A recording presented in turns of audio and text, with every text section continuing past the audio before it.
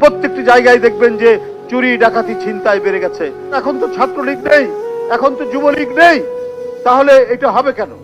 এই পরিস্থিতি আসবে কেন? আজকে 4 মাস 4.5 মাস হতে চললো, আজকে কেন ছিনতাইকারী বেড়ে যাবে?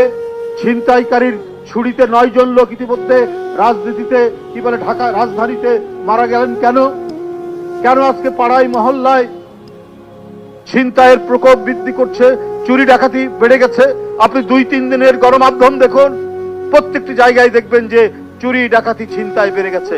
তাহলে কিভাবে আপনার প্রশাসন চলছে?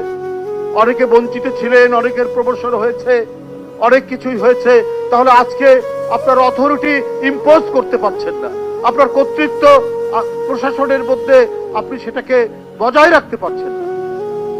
তা না হলে ছিনতাইকারীর ছুরিতে 9 জন লোক মারা যাবে এই রাজধানীতে। কিন্তু আপনাদের কাছে প্রত্যাশা হচ্ছে যে একটা শান্তির শহর হবে এই অন্তর্বর্তীকালীন সরকার। কারণ এখন তো ছাত্রলীগ নেই, এখন তো যুবলীগ নেই, তাহলে এটা হবে কেন? এই পরিস্থিতি আসবে কেন?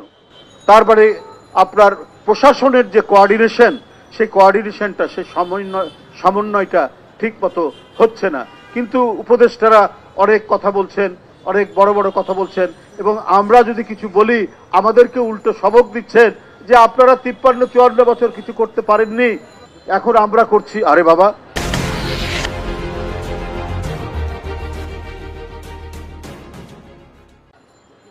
সারা পৃথিবীর অর্জন তো রাজনৈতিক সংগ্রামের মধ্যে দিয়ে হয়েছে, আর যুদ্ধ তো হচ্ছে পলিটিক্যাল সংগ্রামের এক্সটেনশন। যে স্বাধীনতা যুদ্ধ হয়েছে এটাও তো রাজনৈতিক সিদ্ধান্ত।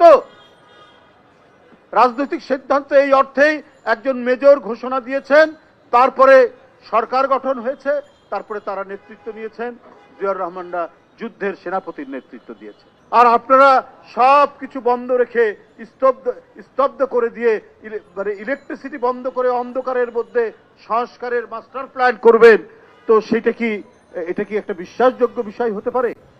এটা তো বিশ্বাসযোগ্য বিষয় হতে পারে না।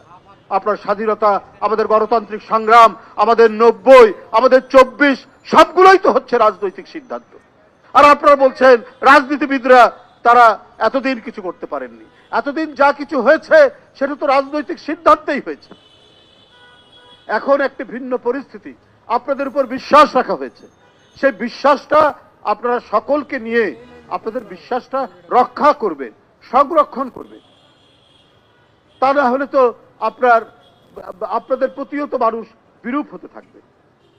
আজকে আমি বলছি না যে একের পর এক যে কাজগুলো আপনারা করছেন সব যে খারাপ হচ্ছে, সেটাও বলছি না।